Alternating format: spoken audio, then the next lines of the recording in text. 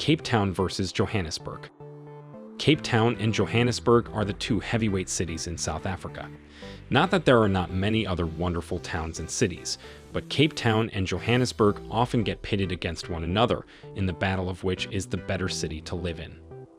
Some people prefer Cape Town and other Johannesburg, so it's probably safer to just say that they are both special cities, and each one suits different tastes.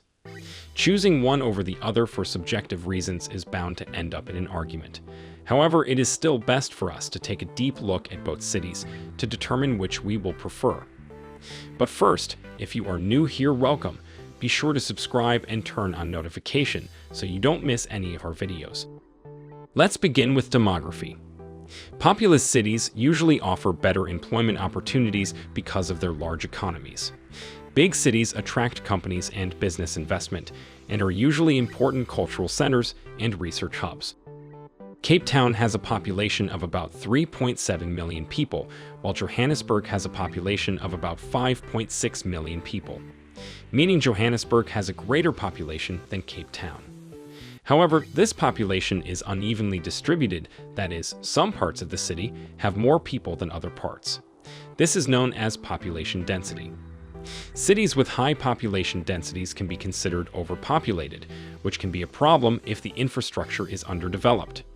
Johannesburg has a population density of 2,000 people per square kilometer, higher than that of Cape Town with a population density of 1,400 people per square kilometer. The percentage of female residents in Cape Town is higher than that of Johannesburg. That is, Cape Town has a female population of 52.41%, while Johannesburg has 49.84% of female population.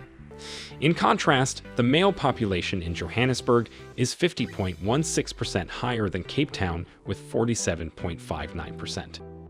Economy. Cape Town is South Africa's second main economic center and Africa's third main economic hub city.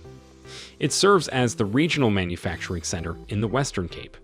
In 2019, the city's GDP of $33.04 billion represented 71.1% of the Western Cape's total GDP and 9.6% of South Africa's total GDP. The city also accounted for 11.1% of all employed people in the country and had a citywide GDP per capita of $7,524.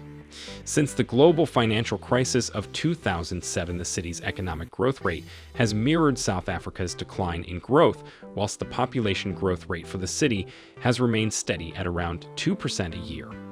Around 80% of the city's economic activity is generated by the tertiary sector of the economy, with the finance, retail, real estate, food and beverage industries being the four largest contributors to the city's economic growth rate.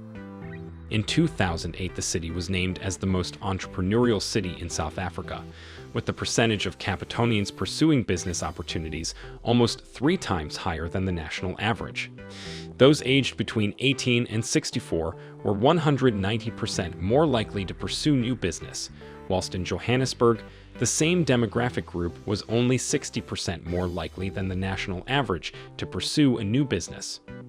With the highest number of successful information technology companies in Africa, Cape Town is an important center for the industry on the continent. This includes an increasing number of companies in the space industry. Growing at an annual rate of 8.5%, nationwide, the high-tech industry in Cape Town is becoming increasingly important to the city's economy. A number of entrepreneurship initiatives and universities hosting technology startups such as Jumo, Yoko, Aerobotics, Luno, and the Sun Exchange are located in the city. The city has the largest film industry in the Southern Hemisphere, generating $476.19 million in revenue and providing an estimated 6,058 direct and 2,502 indirect jobs in 2013. Much of the industry is based out of the Cape Town film studios. On the other hand, Johannesburg is the economic and financial hub of South Africa, producing 16% of South Africa's gross domestic product and accounts for 40% of Gauteng's economic activity. In a 2008 survey conducted by MasterCard, Johannesburg ranked 47 out of 50 top cities in the world as a worldwide center of commerce. Mining was the foundation of the Witwatersrand's economy, but its importance is gradually declining due to dwindling reserves, and service and manufacturing industries have become more significant to the city's economy. While gold mining no longer takes place within the city limits, most mining companies still have their headquarters in Johannesburg. The city's manufacturing industries extend across a range of areas, and there is still a reliance on heavy industries, including steel and cement plants. The service and other industries include banking, IT, real estate, broadcast and print media, private healthcare, transport, and a vibrant leisure and consumer retail market. Johannesburg has Africa's largest stock exchange, the JSE, although it has moved out of the central business district. Due to its commercial role, the city is the seat of the provincial government and the site of a number of government branch offices, as well as consular offices and other institutions. The container terminal at City Deep is known to be the largest dry port in the world, with some 50% of cargo that arrives through the ports of Durban and Cape Town arriving in Johannesburg. The City Deep area has been declared an IDZ by the Gauteng government. Now on to quality of living. Let's begin with low unemployment rate. Low unemployment rate indicates better career opportunities and economic growth. Johannesburg has a higher unemployment rate of 24.5% compared to Cape Town, that has an unemployment rate of 19.4%, making Cape Town a better city than Johannesburg in terms of employment. Looking at the average salary of both cities, Cape Town has an average salary of $1,497.72, greater than that of Johannesburg, which is $1,463.97. Moving on to the rent for a one-bedroom apartment for both cities, which actually indicates how much of your salary would be allocated to rent expenses and the general cost of living of the city. In Cape Town, $718.18 is spent for rent in a one-bedroom apartment compared to $434.91 paid in Johannesburg, meaning rent for a one-bedroom apartment in Cape Town is higher than that in Johannesburg. Now, on to the GDP of both cities. The gross domestic product reflects the value and productivity of an economy.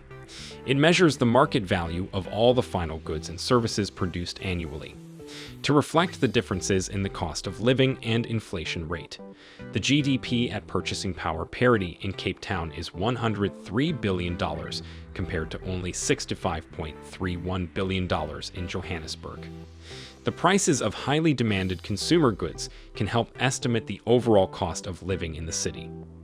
A lower average price for 1 liter of fuel is especially important for residents who drive daily around the city.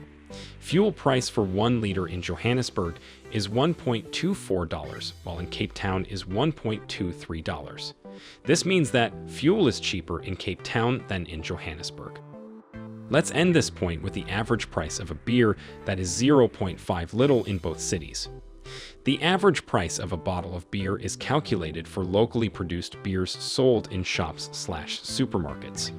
In Cape Town, the average price for a bottle of beer is higher than that of Johannesburg, that is $1.44 in Cape Town and $1.41 in Johannesburg. Transportation.